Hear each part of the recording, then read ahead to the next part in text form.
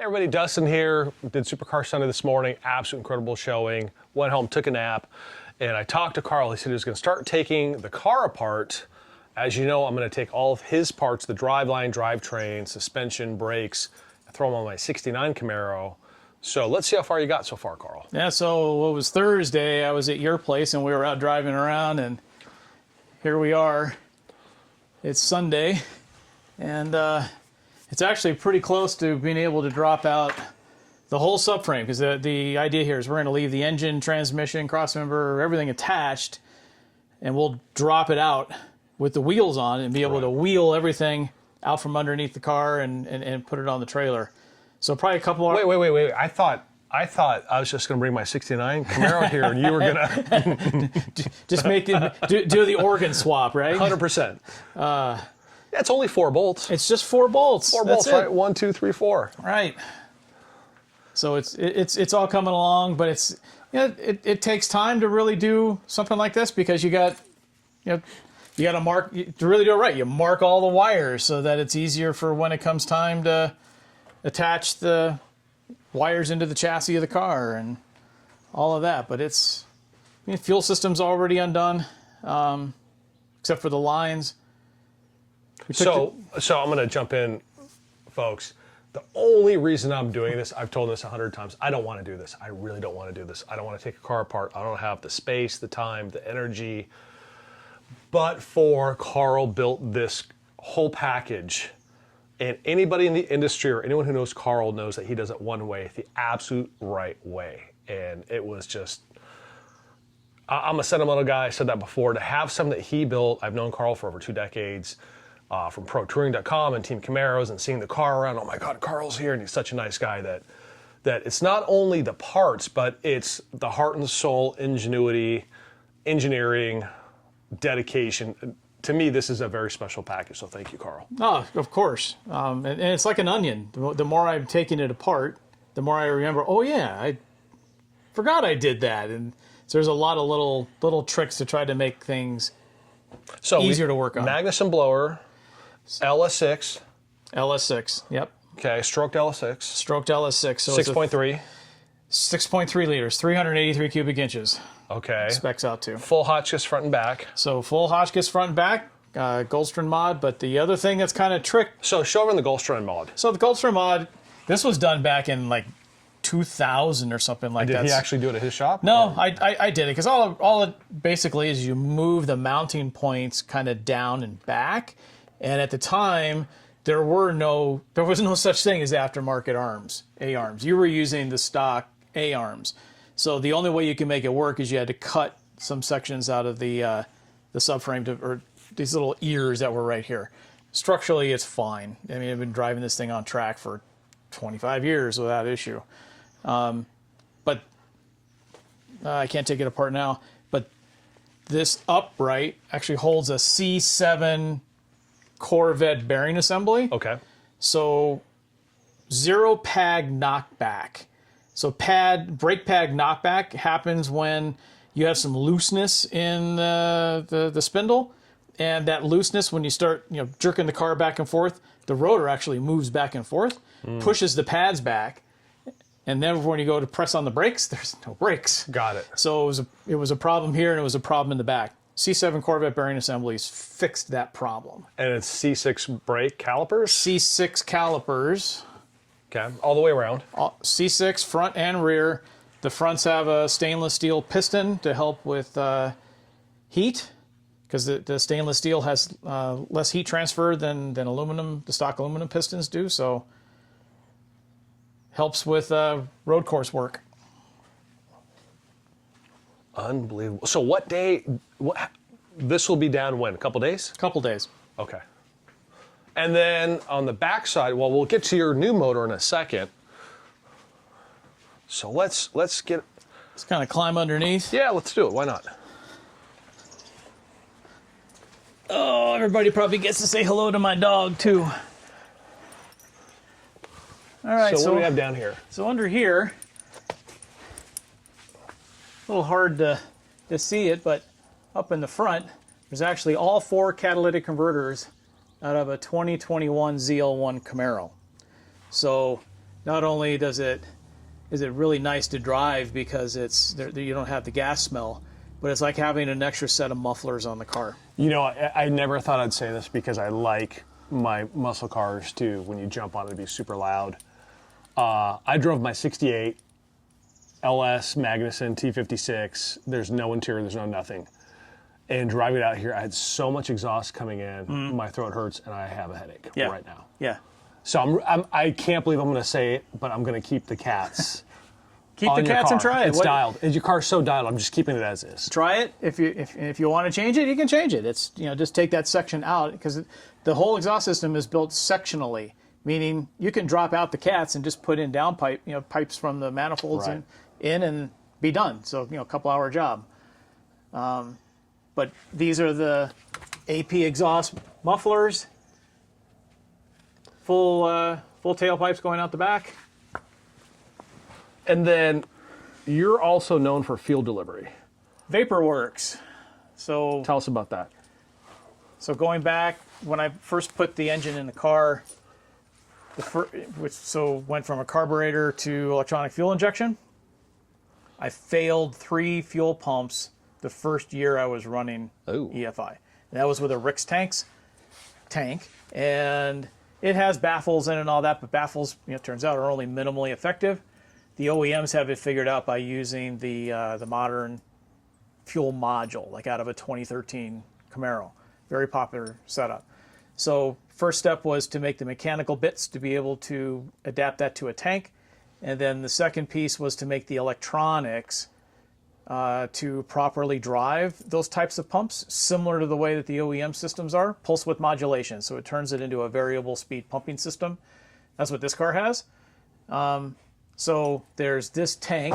This is a Restomod tank made by Rick's Tanks. Rick's was my first commercial sale as VaporWorks. And I talked to Hector, he's the owner. I talked to him the other day. Super nice guy. With a Cadillac CTS-V fuel pump, single line to the front. There's no filters, there's no regulators, there's no return lines, there's none of that. No return line. And it will literally suck the tank dry. Literally, the fuel pump module has suction pumps on that suck fuel into it.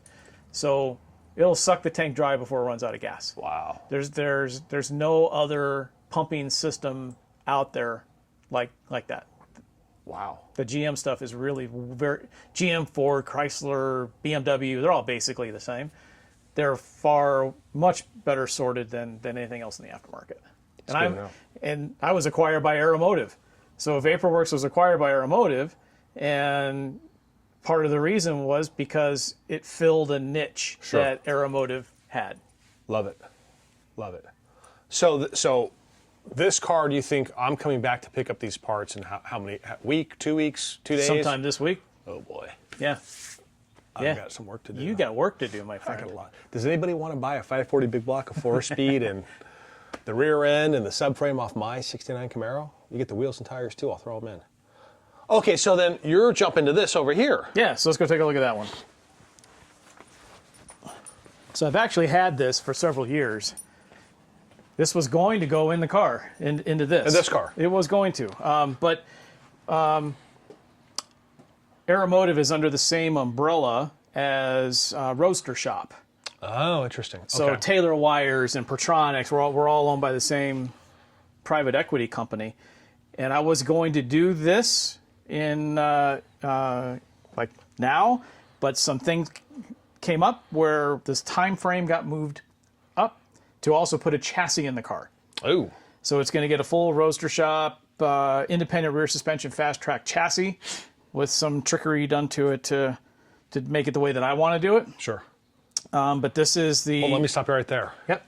Did you hear that part? The way he wants it done? That's the only reason I'm buying this stuff. You learn things along the way. You're like, nope, I do not want to do that again.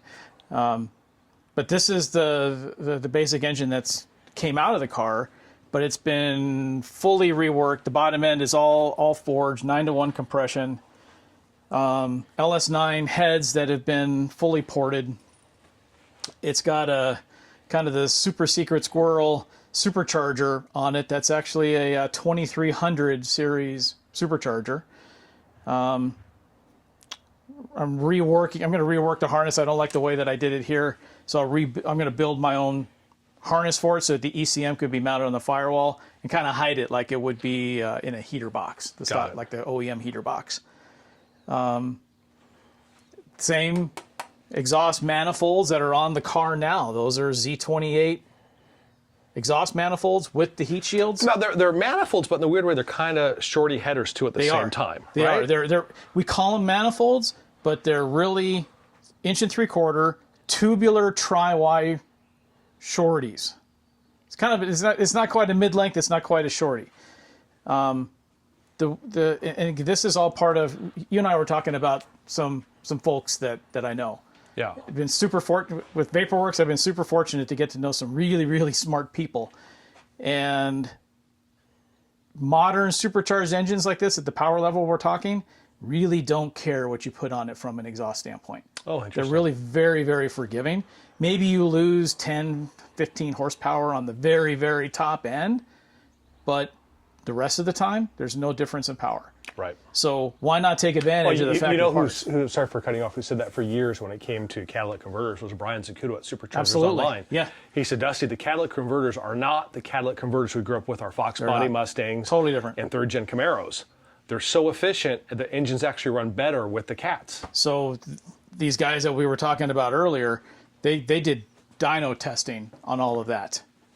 And that's the really hard part about most of the things in the aftermarket is getting good quality data. Right. Okay. Right. These guys have OEM data to back up what they're saying. Right. So that's a huge thing for me because Well, Brian, who's one of my oldest and dearest friends, hates when I ask people questions who are not experts. right. I mean, it probably drives you up. Like, why are you asking me and that kid at the shop who just started working there when I have 30 years of experience and, it drives some people nuts when you have the hard data. Right. Nobody does more R&D than a manufacturer. They have. We were just talking about the fuel pumps. Right. Now you can buy a 650 horsepower supercharged, 750 horsepower naturally aspirated GM fuel pump from a 2013 ZL1. It's fully filtered. It'll suck the tank dry. It has safety devices. It's a fantastic piece, and it costs $220. Yeah, it's insanity. How can you beat that? Insanity. And that's all because of. You could probably order on Rock Auto. That's where you get it from. Yeah, that's where I get it from. Yeah, but the economy of scale is Right. just tremendous. But here, I'll just pop the cover off so that see a little bit about what's going on in there. Now, folks, I'm so excited I can't tell you. And, I mean, I'm so excited. I don't want to do this. I have to do this. I really do. And thank God for an understanding wife. We have very understanding wives. Yeah.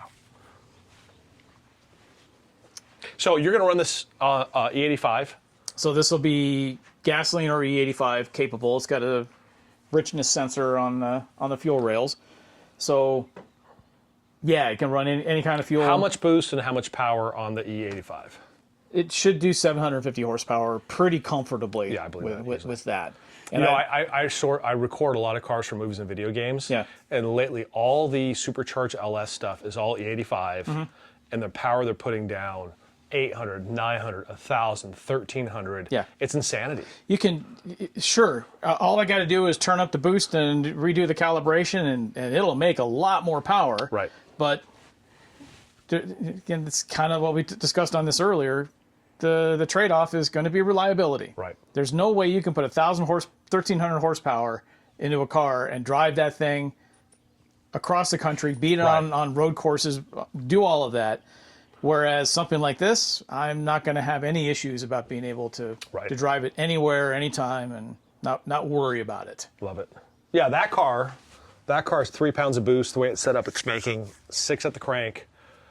And Jim Bassett, who finished it up for me, getting it running, said, well, it's 3 pounds of boost. And I have the pulley. I have the 10-pound pulley. Yep. And he says, you can't use the horsepower. And he's right. On that car, you can't. Right. I spin every gear now. It's gutted. There's no weight to it. Right. But I think your approach, Carl, is the right approach. I'm not chasing a number. I'm chasing a goal for the car. Right. That's really quite a bit different. Well, in my, doing Supercar Sunday every Sunday, all these years, you have, we had one time we had a bunch of Mustangs, late model Mustang Codys come in, heavily modified, 1,200 horsepower, 1,100 horsepower, 900 horsepower, 850. Yeah. And it comes to a point where, it's bragging rights and it's awesome and all that, but I would rather have a reliable car that makes the power that I want, that I can enjoy on scenic drives, not getting too crazy, take it to the track occasionally, and also take my kids to school. Right. That's what I want. So we were talking a little bit about One Lap of America the other day. Yeah. So the cars that do really well on one lap are not the ones that are really high-strung cars. Right. And it's funny, when you go to sticker day, which is the day before, you'll see these cars come in that are very high-strung. And you're like, that car's not going to make it 2 days. And they don't. Right. Because you cannot have a super rowdy car like that and have it survive. Right. Right. Well, listen, this is all exciting stuff. Thanks for letting me stop by on a Sunday. Anytime. And folks, we'll probably see his transformation and my transformation, and I'm sure his is going to get done first. But very exciting stuff on both ends. And cool stuff, right? So like, follow, subscribe, all that good stuff. More to come. And we'll follow both builds. And Carl, I'm grateful for the opportunity. Thank you, sir. Thanks for coming out. You got it. We'll see y'all later.